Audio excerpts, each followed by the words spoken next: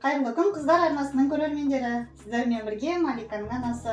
Бүгін мен жаңа рубрика бастап жатырмын. Ол біздің асханадағы күнделікті пайдаланатын заттарымызды тазалайтын лайфхактарды тексеріп көреміз. Егер де сіздерге бұл рубрика ұнап жатса, комментарий жазып отырыңыздар, лайк басуды да ұмытып кетпеңіздер. Бірінші тексеретін лайфхак бізде микротолқынды пешті тазалап көреміз. Өте арзан және оңай, тез тазаланады екен. Ең алдымен бізге осындай су керек, жаңаның жартысындай болатындай болса жетеді. Оған ас содасын қосамыз.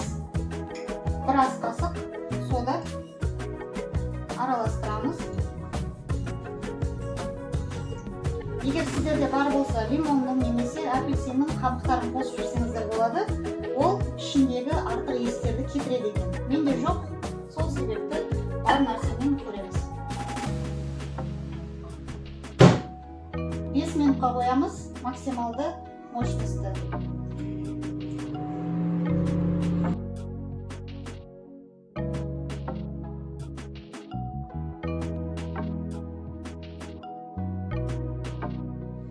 Енді ашып көрейік. Байқаңыздар, ыстық болуы мүмкін. Осы суымыздың үстіне енді кез келген үйдегі ыдыс жуатын пайдаланып жүрген средствоңызды қосасыз. Және ішін губкамен немесе щеткамен қазір тазалайтын боламыз.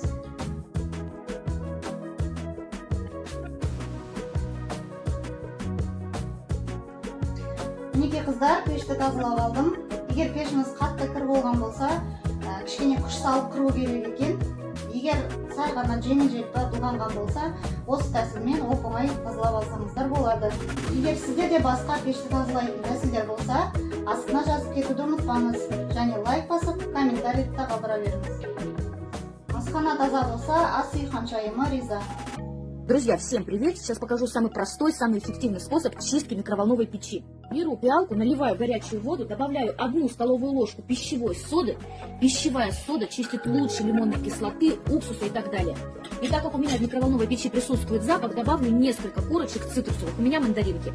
Включаю на максимальную мощность на 5 минут. Через 5 минут открываю микроволновку. Внутри вот такое вот бурное шипение, потрясающий запах апельсинов. Апельсины убираю, в горячую воду добавляю несколько капелек моющего средства для посуды и вот такой вот щеткой с длинной ручкой, чтобы не обжечь руки, приступаю к чистке. Все загрязнения размягчились, запах микроволновой печи неприятный, полностью блокирован. И буквально несколько минут, и все будет чистое, все будет белоснежное. В итоге копеечный способ вот так вот шикарно очистил микроволновку. Попробуйте, друзья, обязательно.